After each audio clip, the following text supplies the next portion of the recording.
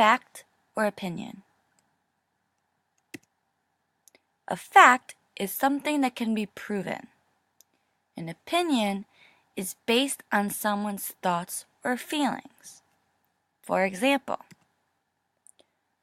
a fact is that the boy is wearing a red hat.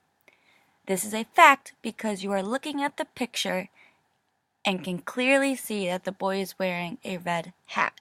This is something that can be proven because other people can see it. An opinion is saying that I don't like the girl's red dress. That is an opinion because that is something that comes from my own thoughts. This is an opinion that maybe not everyone has. Because of that, and because it can't be proven, it is an opinion because it comes from my own thoughts. Only I have that opinion.